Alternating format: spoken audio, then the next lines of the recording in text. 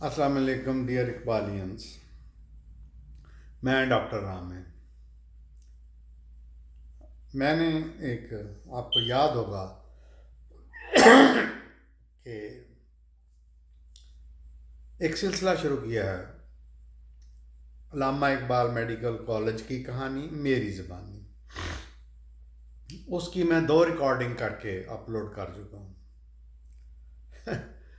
मुझे ऐसा लगता है कि इकबालियंस को इस में इतनी दिलचस्पी नहीं है, इतना शौक़ नहीं है, क्योंकि मुझे कोई ख़ास ना फीडबैक मिला है, ना कोई कमेंट्स मिले हैं, ना मेरा ख्याल इतने लोगों ने एक्सेस किया है। मैंने पूरी अपना अल्लामा इकबाल मेडिकल कॉलेज की लाइफ में किसी से कुछ भी एक्सपेक्ट नहीं किया, बल्कि ख़ुद ही दिन रात अल्लामा इकबाल मेडिकल कॉलेज के लिए काम किया। तो मुझे तो अल्लामा इकबाल से इश्क है, तो मुझे अप्रिसिएशन भी नहीं चाहिए। लेकिन ये वो बातें हैं जो तारीख का हिस्सा हैं। कल को हम नहीं होंगे, ऑफ कोर्स नहीं होंगे, तो लेकिन फिर भी मेरे दिमाग में आता है कि कोई ना कोई तो सुनेगा। तो ये एक तीसरी वीडियो है अल्लामा इकबाल की कहानी मेरी ज़बानी। पिछली वीडियो में मैंने बताया था कि मैं किस तरह निश्तर से अल्लामा इकबाल में आया। 313 के करीब स्टूडेंट्स पहली क्लास के थे, पाइनियर्स के। 2:1 की रेशो थी, 2 लड़के 1 लड़की की। फिर मैंने बताया था कि सुहेल शामी एक ब्रिलियंट इकबालियन, किस तरह उसकी डेथ हो गई, पुलिस की गोली लगी। फिर मैंने बताया था कि चक चुमरा में हम एक WHO की तरफ से प्रोफेसर बशीर कालों के साथ एक सर्वे विज़िट में गए थे। फिर मैंने बताया था कि उन दिनों स्टूडेंट्स की आपस में रिलेशनशिप हो गई और कुछ कामयाब मियाँ बीवी भी बन गए। फिर मैंने बताया था कि कंटीन मेरी वजह से शुरू हुई, क्योंकि मैं गवर्नमेंट कॉलेज के हमसाए में रहता था और सारी वो बर्डवुड रोड जिस पे वो कॉलेज था मेरे जानने वाले थे, तो कंटीन किस तरह चलाई। फिर मैंने बताया कि काउंसलर्स जो थे हुए। फिर डॉक्टर गफ़ार जो थे फिजियोलॉजी के प्रोफेसर बूढ़े आए और हमने उनकी एजाज़ में तकरीब की, हमने उनको शील्ड दी।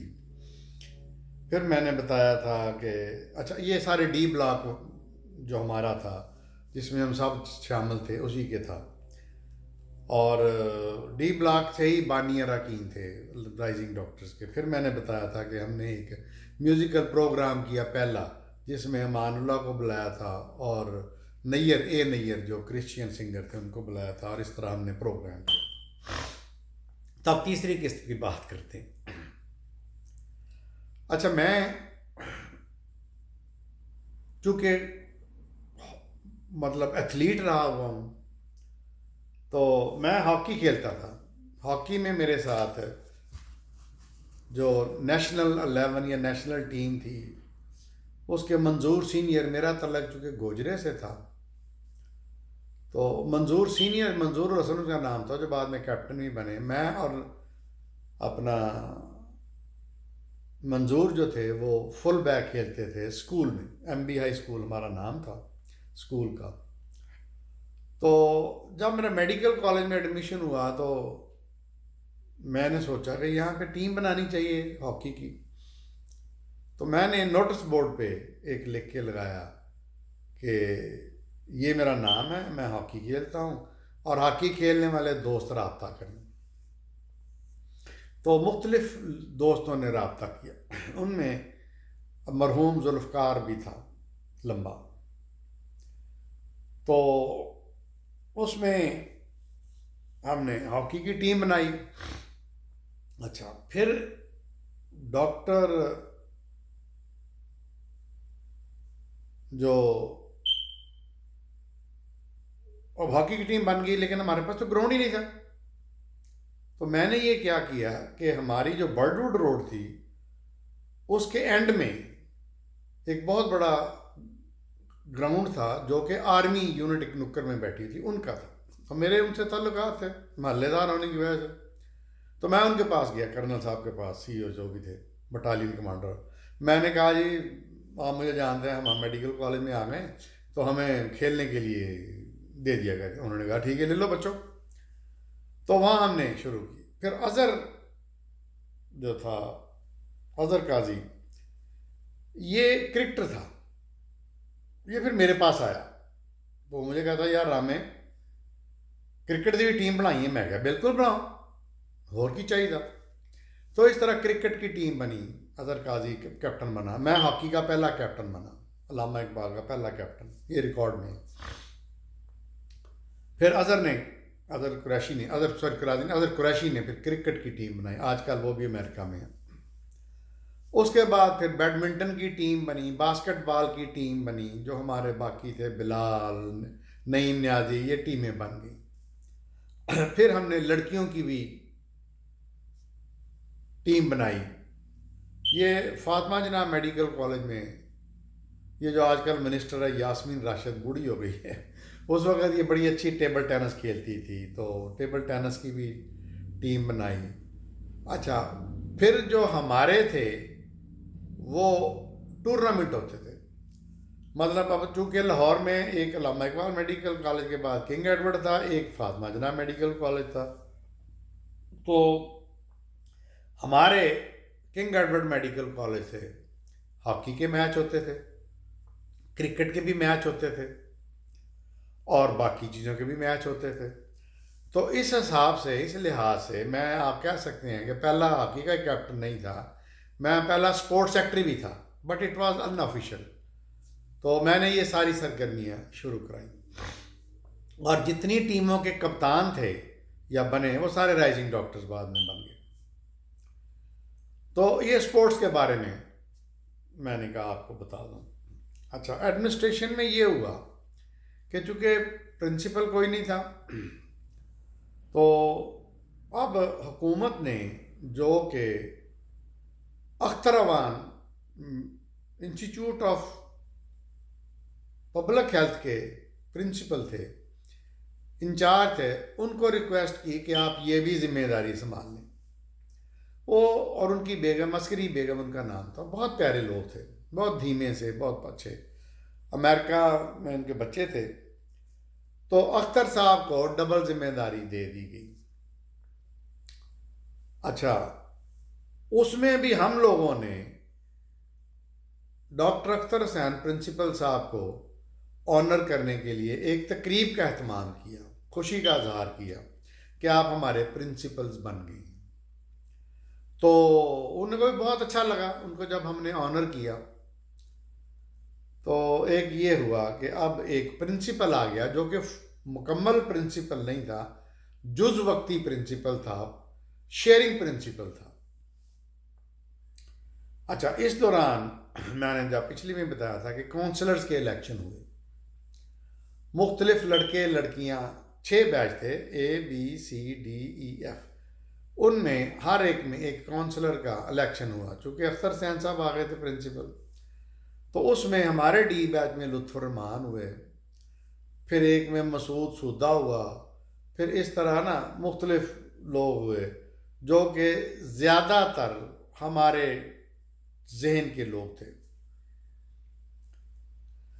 तो नेक्स्ट ये हुआ कि अब मैंने चूँकि फंक्शन भी करवाए, स्पोर्ट्स की टीमें भी बना ली कॉलेज की, कंटीन भी बनाई, तो मुख्तलिफ ये जो हमने काम किए कॉलेज में, उसके बाद मुझे कॉन्फिडेंस आ गया। तो फिर हम D बैच के लोग एक जगह बैठे, तो हमने कहा कि जी हमने इतने काम किए, कर रहे हैं, तो अब हालात भी उस ज़माने में मैंने बताया ना कि बहुत अच्छे नहीं थे, ऐसे लगता था कि आज कॉलेज बंद हुआ, आज कॉलेज बंद हुआ। तो हमने कहा हमें मिल के कोई एक स्टूडेंट्स की तंजीम बनानी चाहिए। तो मैंने कहा, सामने कहा बड़ी अच्छी बात बनानी चाहिए। अब मैं चूँकि इन कामों में आगे था, एक्स्ट्रा करिकुलर एक्टिविटीज़ में भी, स्पोर्ट्स में भी, दूसरी चीज़ों में भी, तो उन्होंने कहा कि रामे जो है उसको चेयरमैन बना दिया जाए। तो मैं इसका, राइजिंग डॉक्टर्स का पहला चेयरमैन इलेक्ट हुआ। मैं कभी सेलेक्ट नहीं हुआ, मैं 5 साल चेयरमैन रहा, हर साल मैं इलेक्ट होता था। तो मैं चेयरमैन बन गया। तो जो था लुत्फ़ुर रहमान काउंसलर जो थे, मरहूम, वो जनरल सेक्रेटरी पहले बने, और उसके बाद इस तरह बाकी अहदेदार, उनका नाम मैं लेना ज़रूरी नहीं समझता, क्योंकि कोई कहाँ है कहाँ मुझे नहीं पता। तो वाइस प्रेसिडेंट मसूद ज़िया मसूद थे सरगोदा के, तो इस तरह करके ना, तो हमने ये एक तंजीम बनाई। इस तंजीम की सबसे बड़ी जो हमारी हिकमत अमली फ़िलासफ़ी थी, जो आइडियालॉजी थी, ये कि हमारा किसी सियासी जमात से कोई तल्लुक़ नहीं होगा किसी भी सूरत में। तो यहाँ मैं इसको, हाँ नहीं अभी चलते हैं। तो मैंने कहा ये एक हमारी स्ट्रिक्ट पॉलिसी थी। उस वक़्त कॉलेज में 3-4 ग्रुप थे स्टूडेंट्स तंजीमों के। एक थी सुर्खों की तंजीम, जिसको सुर्ख नेशनल स्टूडेंट फेडरेशन, उसके सरखेल थे डॉक्टर मरहूम अफसल साहब के बेटे नदीम अफसल। ये बड़े हाथचोट थे, इनके साथ नदीम, वो नईम न्याजी भी थे ये वो। फिर एक और तंजीम थी पीपल स्टूडेंट फेडरेशन। ये साहब जो थे, ये इब्रार काजी इनका नाम था, तो ये इसके बने हुए थे करता धरता। इनके साथ इब्रार काजी के साथ एजाज साहब थे, अतर साहब थे, इस तरह एक ग्रुप था। फिर इसके अलावा एक और ग्रुप था जो कि शाहद अजीज ज़िया ने बनाया हुआ था। तो ये भी किसी सियासी जमात के दुम छल्ला थे। और एक जमीयत थी, ये जमीयत के कोई इतने लोग नहीं थे, 3-4 थे, जैसे आसफ, बहुत प्यारा दोस्त है, मैं तो उसको राइजिंग डॉक्टर नहीं समझता हूँ। फिर उसके बाद यूसुफ साइकेट्रिस्ट है इंग्लैंड में। इसके अलावा वो अपना ओकाड़े का था, अपना फौत हो गए हैं, तो वो थे लियाकत। तो इस तरह कुछ लोग थे। और एक और नीम जमातिया टाइप था रज़ा हाशमी, जो बाद में वाइस प्रेसिडेंट बना और हमारी ही हेल्प से बना। तो ये लोग थे जमीयत के, और इनसे बड़ी प्यारी दोस्ती थी। और मैं ही इनको कहता होता था, यार तुम जमीयत छड़ के असी स्टूडेंट्स की तंजीम बनाई है जी सिर्फ अल्लामा इकबाल मैडिकल कॉलेज ही काम करेगी, तुम ये आ जाओ। तो मुझे उन्होंने अंदर खाते कहा कि यार असी मजबूर हाँ, साड़ी हाईकमान इजाज़त नहीं दे रही। तो इस तरह राइजिंग डॉक्टर का क्याम अमल में आया। तो यहाँ पे मैं इसको स्टॉप करता हूँ। ये थी तीसरी मेरी कहानी। देखते रहिए, मैं मुझे अल्लाह हाफ़िज़।